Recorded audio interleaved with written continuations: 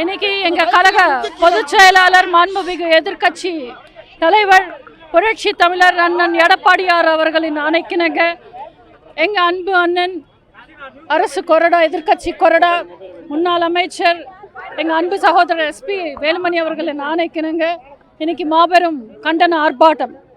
திமுக அமைச்சராக இருக்கிற பொன்முடி அவர்கள் பெண்கள் பற்றியும் ஒரு மதத்தை பற்றியும் இழிவாக பேசின பேச்சுக்கு கண்டனம் தெரிவித்து ஒரு மாபெரும் ஆர்ப்பாட்டம் இங்கே நடந்திருக்க கோவையில். இந்த ஆர்ப்பாட்டத்தில் கலந்துக்கிட்ட அத்தனை ஊடக நண்பர்களுக்கும் என் நன்றிகளையும் வணக்கங்களையும் தெரிவிச்சுக்கிறேன். இன்னைக்கு இந்த ஆளத் தெரியாத திமுக ஆட்சி காலத்தில் பெண்களுக்கு மட்டும் இல்லை, மக்களுக்கு எதிராக எத்தனையோ குற்றங்கள் எத்தனையோ அவலங்கள் நடந்துக்கிட்டு இருக்கு. ஆனால் அவங்களுக்கு சாதகமாக ஏதாவது ஒரு பெரிய நியூஸ் கிளம்பி எல்லா பிரச்சனையும் திசையை திருப்புறாங்க. திமுக எப்போவுமே அடுத்தவங்களை குறை சொல்லுவாங்க, எதிர்க்கட்சிகளை குறை சொல்லுவாங்க, மத்திய அரசை குறை சொல்லுவாங்க. ஆனால் இங்கே பார்த்திங்கன்னா ஒட்டுமொத்த தமிழ்நாட்டு மக்களும் மாநில கோர்ட்டும் உச்ச நீதிமன்றமும் திமுகவையும் திமுக அமைச்சர்களும் திமுக அரசையும் காரி காரி துப்பிட்டு இருக்காங்க. ஆனால் இதெல்லாம் நியூஸில் வராத அளவுக்கு அவங்க நியூஸை மறைக்கிறாங்க.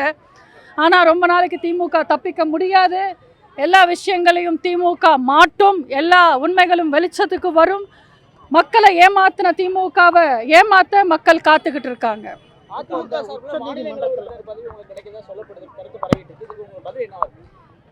எங்க தலைமை என்ன நம்பி எந்த பொறுப்பு கொடுத்தாலும் சந்தோஷமா ஏத்துக்கிட்டு அந்த பொறுப்புக்கு தகுந்த மாதிரி வேலை பார்ப்பேன், விசுவாசப்பேன். செந்தில் பாலாஜிக்கு பதவி வேணுமா ஜாமீன் வேணுமான்றதை செந்தில் பாலாஜி தான் சொல்லணும். அதுவும் திங்கட்கிழமைக்குள்ளார சொல்லணும். என்ன சொல்லுவார்ன்றது காத்திருந்து பார்க்கலாம்.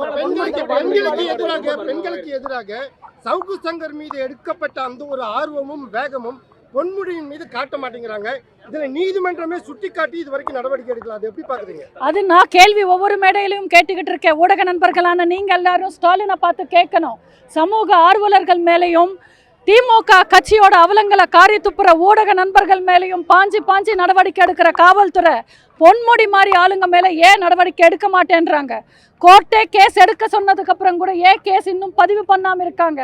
ஏன்னா துப்பு இல்லாம திராணி இல்லாம தைரியம் இல்லாத ஒரு முதல்வர் இன்னைக்கு தமிழ்நாட்டை ஆள்றாரு. அதுதான் நம்ம தலையெழுத்து. இந்த கம்யூனிஸ்டுடைய மகிழா மன்றம் எல்லாம் இதுக்கு முன்னாடி எல்லாம் சின்ன ஒரு விஷயத்துக்கு ரோட்டுக்கு வந்துருந்தாங்க.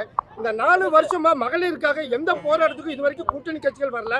அவங்க கூட்டணிகளா இருக்கிறாங்களா, எப்படி இருக்காங்க, நீங்க எப்படி? இன்னும் 10 வருஷம் ஆளுங்கட்சியோட கூட்டணியில இருக்கணும்ன்றதுக்காகவே எல்லாரும் சைலண்ட் மோட்ல இருக்காங்க. தேர்தல் நெருங்க நெருங்க அவங்களும் பேச ஆரம்பிப்பாங்க.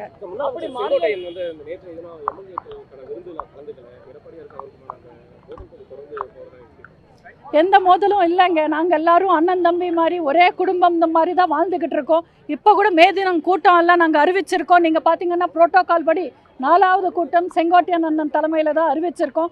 நாங்கள் எல்லாரும் நல்லா தான் இருக்கோம். திமுகவோட தப்பை மூடி மறைக்கணுன்றதுக்காக ஏதோ எங்களுக்குள்ளார பிரச்சனை இருக்குன்னு பூதி பெருசாக்க பார்க்குறாங்க. அவ்வளோதான். நாங்கள் எல்லாரும் நிம்மதியாக சந்தோஷமாக இருக்கோம். சசிகலா அவர்களும் ஓபிஎஸ் அவர்களும் இல்லாமலே நாங்கள் பலமான எதிர்க்கட்சியாக இனிக்கும் தமிழ்நாட்டு மக்களுக்காக தமிழ்நாட்டு மக்கள் உரிமைகளுக்காக நாங்கள் போராடிக்கிட்டு தான் இருக்கோம். இதுதான் அதிமுக, இதுதான் ரெட்டை இலை, இதுதான் இயக்கம்ன்றது எல்லாருக்கும் நாங்கள் நிரூபிச்சிட்டோம். ஆனால் தேவையில்லாமல் இன்னும் இந்த கேள்வியை ஏன் எழுப்புறீங்கன்னு எனக்கு புரியல.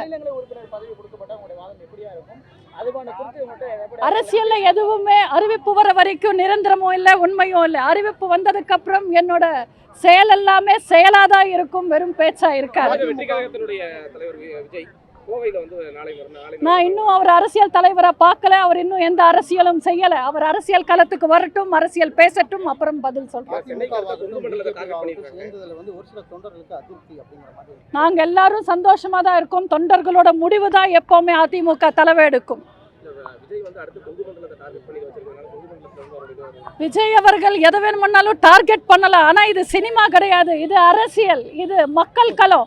இங்க நின்று அரசியல் பண்றது ரொம்ப கஷ்டம். இங்க நேர்மையா இருக்கணும், உண்மையா இருக்கணும், பொறுமையா இருக்கணும். அந்த நேர்மை, உண்மை, பொறுமை விஜய் அவர்களுக்கு இருக்கான்றது நம்ம காத்திருந்ததா பார்க்கணும். நன்றி, வணக்கம். செய்திகளை உடனுக்குடன் தெரிந்து கொள்ள கீழ்கண்ட கேபிள் மற்றும் டிடிஹெச் நெட்வொர்க்குகளில் எம் நாடு செய்தி தொலைக்காட்சியை காணுங்கள். பாதகம் செய்பவரை கண்டால் நாம் பயம் கொள்ளலாகாது பாப்பா. மோதி மிதித்து விடு பாப்பா, அவர் முகத்தில் உமிழ்ந்து விடு பாப்பா. அண்மை செய்திகளை உடனுக்குடன் தெரிந்து கொள்ள இணைந்திருங்கள் எம் நாடு தொலைக்காட்சியுடன்.